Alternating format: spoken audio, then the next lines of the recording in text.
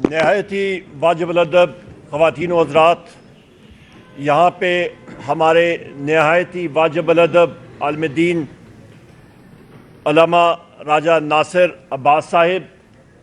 میرے بھائی جناب صاحبزادہ حامد رضا صاحب، یہاں پہ بیٹھے ہوئے ہمارے ساتھی چیئرمین صاحب رؤوف صاحب، سارے ساتھیوں کو السلام علیکم۔ تفصیلاً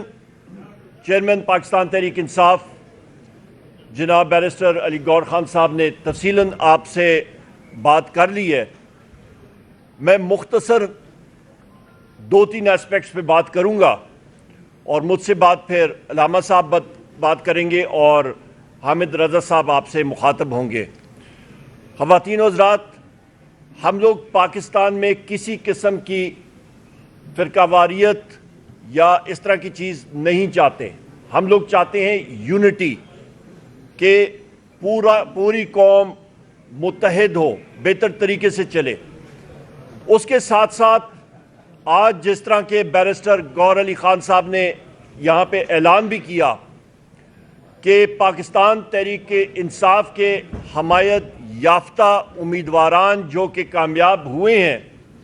قومی اسمبلی میں اور 4 صوبائی اسمبلیز میں، وہ انشاءاللہ تعالی سنی اتحاد کونسل میں شمولیت کریں گے، اور اس کی بنیادی وجہ یہ ہے کہ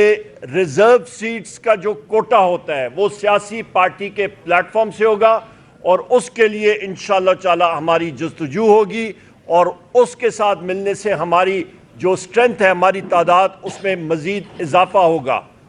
یہاں پہ میں یہ بھی کہتا چلوں، جو کل بھی بات ہوئی تھی، پاکستان تحریک انصاف کی جو اسٹرینتھ ہے قومی اسمبلی کے اندر وہ 180 ہے، اور جو کہ پرسوں راولپنڈی کے کمشنر چٹھا صاحب نے، لیاقت چٹھا صاحب نے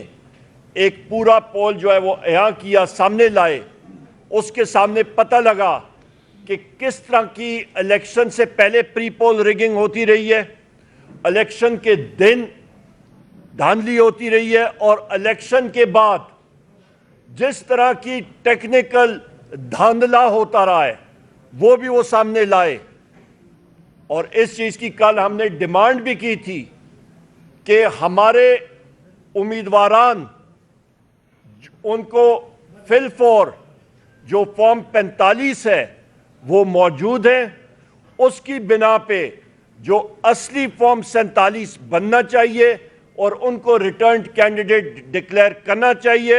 کہ وہ قومی اسمبلی اور صوبائی اسمبلیز میں جا کے اپنی حلف برداری کر سکیں۔ اس کے ساتھ ساتھ ہم نے یہ بھی بات کہی تھی کہ ایم کیو ایم نے پاکستان تحریک انصاف کے مینڈیٹ پہ سندھ اور بالخصوص حیدرآباد اور کراچی پہ ڈاکہ ڈالا ہے، دھاندلا کیا ہے۔ پشاور کی 7-8 سیٹیں ہماری جو ہیں وہاں پہ ڈیپٹی کمشنر پشاور اور ان کے اہلکاران اور پولیس کے افسران وہ بھی ملوث ہیں اس دھاندلی میں۔ اسی طرح میریٹ ہوٹل میں ہمارے 80 سے زیادہ وہ ساتھی جن کو دھاندلی کے ذریعے ان کے فارم 47 تبدیل کیے گئے، انہوں نے اپنے شواہد سامنے رکھے، اس کو امیڈیٹ فل فور ریورس کرنا چاہیے اور ان کو ریٹرنڈ کینڈیڈیٹ ڈکلیئر کرنا چاہیے۔ آخری 2-4 پوائنٹس کہ اس امر کے بعد انشاءاللہ تعالی حکومت صوبوں میں اور قومی سطح پہ نیشنل اسمبلی میں پاکستان تحریک انصاف کے ہمارے جو کینڈیڈیٹس آئے ہیں، اور اس کے بعد وہ سنی اتحاد کونسل میں جائیں گے، ہماری ہی پارٹی انشاءاللہ تعالی حکومتیں بنائے گی، اور سب سے پہلا کام ہوگا کہ ہمارے